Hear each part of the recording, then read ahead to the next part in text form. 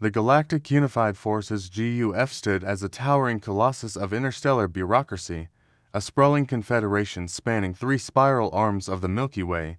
It was a marvel of functional governance, or, as most sentient beings called it, a bureaucratic nightmare armed with weaponry capable of reducing planets to cosmic dust. Their technology was the envy of the galaxy.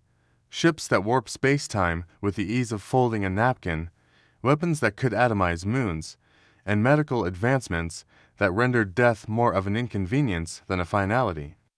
Yet, for all their achievements, the GUF had never mastered the art of brewing a decent cup of coffee or designing a form that didn't require a dozen signatures and a blood sample. Into this chaotic machine stepped Tess Blackwood, a human recruit from Tacoma, Washington, now stripped of her name and assigned the designation 7-9-3. Earth's induction into the Galactic Confederation had been a rushed affair, a diplomatic embarrassment that left humanity scrambling to prove its worth. Tess, a wiry woman with a stubborn streak and a knack for surviving, found herself aboard a transport ship bound for Terminus 9, the GUF's notorious training ground for recruits brave or foolish enough to face a death world. Commander Var, a Nexalot officer with a gleaming carapace and 12 eyes that blinked in sequential disdain, surveyed the new recruits. Another soft-skinned primate from that backwater mudball, he sneered, his mandibles clicking, and what Tess hoped was amusement rather than hunger. Tell me, Earth creature, do you think you can handle Terminus 9? Most species require generations of genetic enhancement to survive a death world. Tess stood at rigid attention, her hazel eyes fixed forward. Yes, sir.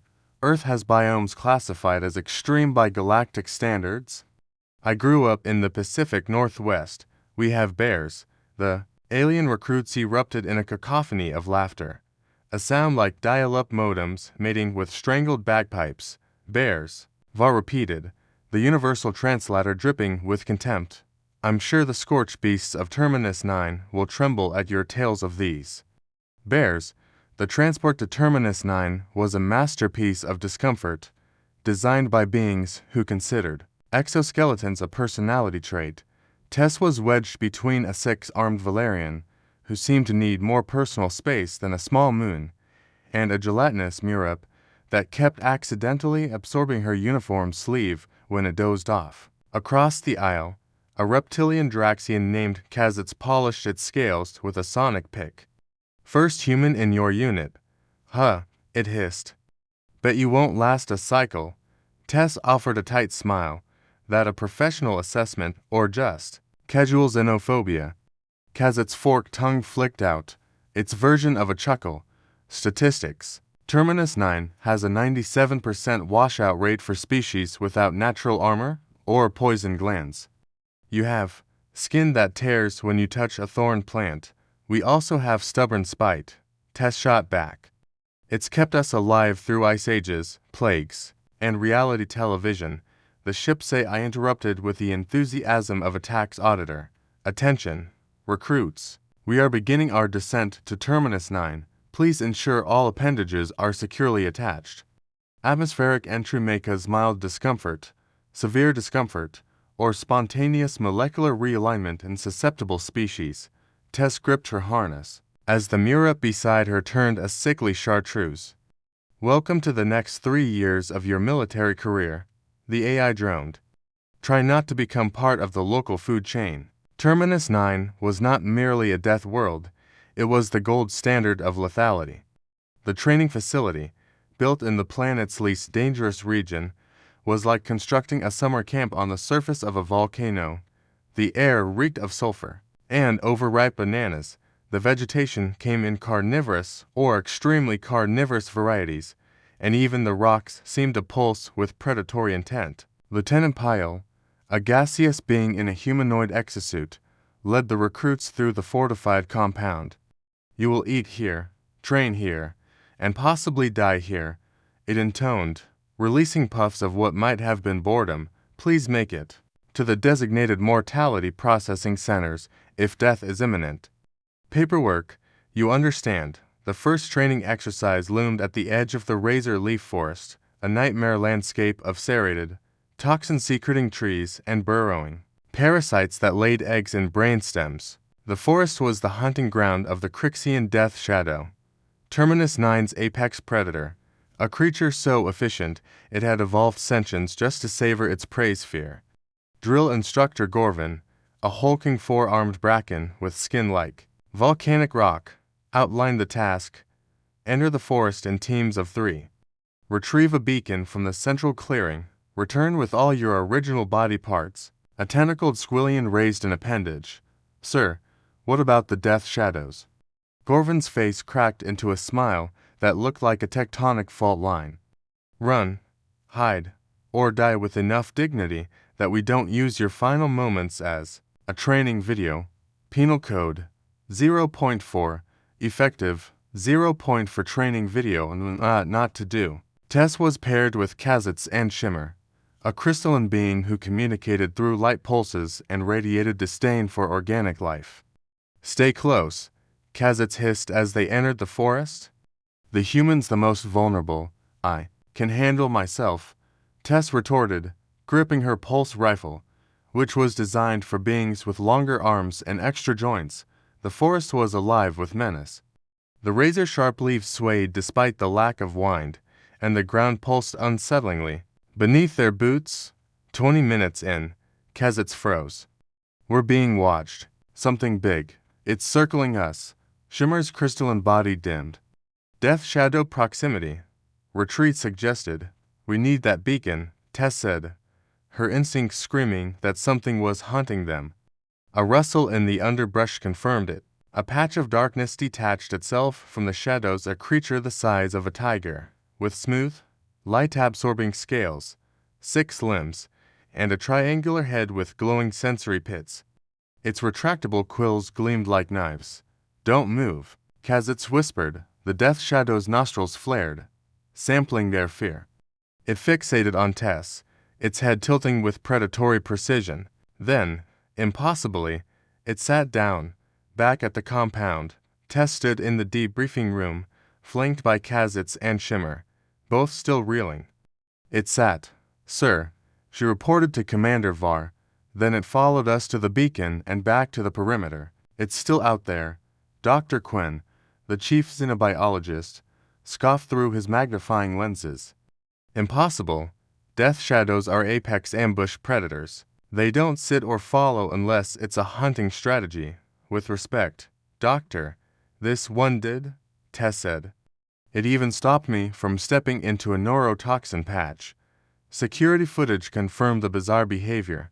The death shadow now. Dub Spot had trailed them at a distance, intervening only to block Tess from danger. Dr. Quinn muttered. Fascinating. It's almost as if it adopted her, but that would require biochemical compatibility, which is absurd across planetary evolutionary lines. Tess shifted uncomfortably. Could humans have something in common with them? We evolved alongside predators on Earth. Quinn dismissed the idea as astronomical, but Commander Var ordered further observation. For 2 weeks, Tess became the star of the deadliest playdate in the galaxy. Spot trailed her every move outside the compound, a silent, lethal shadow. Dr. Quinn followed too, wielding scanners with unsettling enthusiasm. Perhaps it's your sweat, he mused, examining a vial of Tess's perspiration.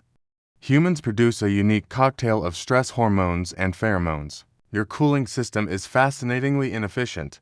Thanks, Tess muttered, focusing on her rifle. Quinn proposed capturing Spot for study, admitting a 98% mortality rate for such attempts. Tess frowned. That sounds dangerous, tremendously. So, Quinn agreed, but science demands sacrifice. Before the capture could proceed, interstellar pirates attacked during the 3rd shift.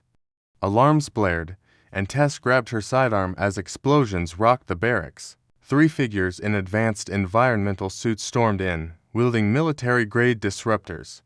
Their leader demanded Dr. Quinn's research on the Death Shadow anomaly. This is a restricted installation, Tess declared, standing in her underwear and 1 boot. Surrender your weapons.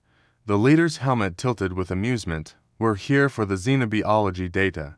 Tell us where it is, or we start removing limbs."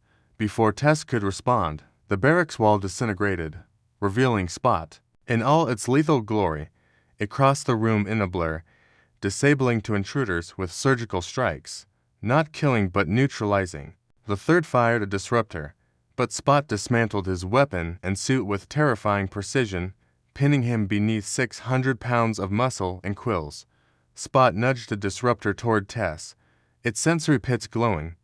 "Good boy," she said tentatively. Spot purred a sound like a garbage disposal chewing silverware. By the time security mobilized, Spot had neutralized from more intruders and herded Tess to the command center. Commander Var, visibly shaken, acknowledged her. "Recruit R7293. I see you've brought reinforcement." Spot helped fight off the attackers, Tess explained, patting the creature's head. Dr. Quinn burst in, tentacles waving. "Extraordinary. The symbiotic bonding has progressed to active protection." The attack was repelled, thanks largely to Spot, who coordinated with other Death Shadows to hunt the remaining intruders. At a high-level meeting, Admiral Yorks, a sentient gas in an ornate exoskeleton, grappled with the implications. A human recruit has bonded with the deadliest predator on Terminus 9, and it coordinates defensive actions. Dr. Quinn explained, "Human stress hormones mimic juvenile Death Shadow recognition markers. It perceives Tess as a helpless offspring." "Baby," Yorks repeated flatly. "Essentially," Quinn confirmed. Tess suggested Spot's intelligence went beyond instinct, citing its tactical behavior. Admiral Yorks ordered a new training program to test human compatibility with Terminus 9's predators. 6 months later, Tess trained new recruits to bond with juvenile Death Shadows. Spot, now adorned with GUF insignia, lounged beside her. "Think of them as deadly cats with abandonment issues," she told the recruits. 17 successful bonds had been formed, and the program expanded to other Death worlds. A year later, Tess addressed the Galactic Security Council. High Counselor Vex, a crystalline being of disdain, scoffed at reorganizing the military around humans and their pets. Spot growled, sending aides scurrying. "Their partners," Tess corrected. Human Death Shadow teams outperform conventional units, replacing platoons of battlemechs at minimal cost. Vex vibrated irritably. "You suggest humanity's value lies in smelling appealing to monsters." Tess smiled. "Our greatest advantage is forming connections. We domesticated wolves into dogs, bonded with cats, horses, even bacteria. We survive by cooperating." Admiral Yorks approved. Humans find dominant species and form mutually beneficial relationships. Vex conceded the council would deliberate. As Tess left with Spot, Yorks drifted beside her. "Never underestimate a species that makes friends with its food chain." Tess laughed. "On Earth, we call it having a dog." Spot purred, and Tess knew humanity had won a unique place in the galaxy not through strength or technology, but through an evolutionary audacity to befriend the deadliest of allies.